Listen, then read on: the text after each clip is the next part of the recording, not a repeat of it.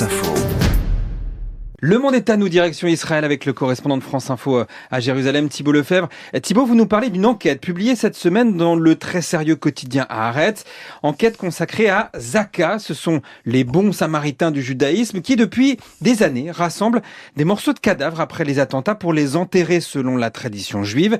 Eh bien, selon cette enquête, Thibault, les membres de Zaka n'ont pas toujours été exemplaires. Oui, Jean-Rémy, nous sommes le 7 octobre et c'est un carnage autour de Gaza. Près de 1200 corps jonchent les rues des villes de Sderot, d'Ofakim, de la fête de Reim.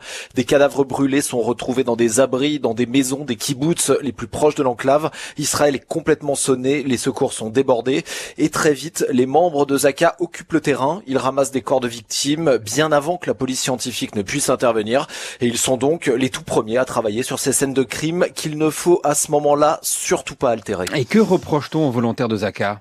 Tout d'abord d'avoir très mal fait leur travail. Ils ont transmis aux légistes des corps qui n'étaient pas entiers. Un volontaire parle par exemple de sacs mortuaires dans lesquels il a retrouvé 2 crânes. Impossible en l'état de déterminer sérieusement les causes de certains décès. Plus grave, Zaka aurait négocié une sorte d'exclusivité sur le ramassage des cadavres et une centaine de soldats pourtant spécialisés dans ce type de mission n'ont pas été mobilisés et ce sont aujourd'hui certains d'entre eux qui témoignent et on peut imaginer que s'ils étaient intervenus, les preuves de ce qui s'apparente à des crimes de guerre auraient été plus simples à collecter.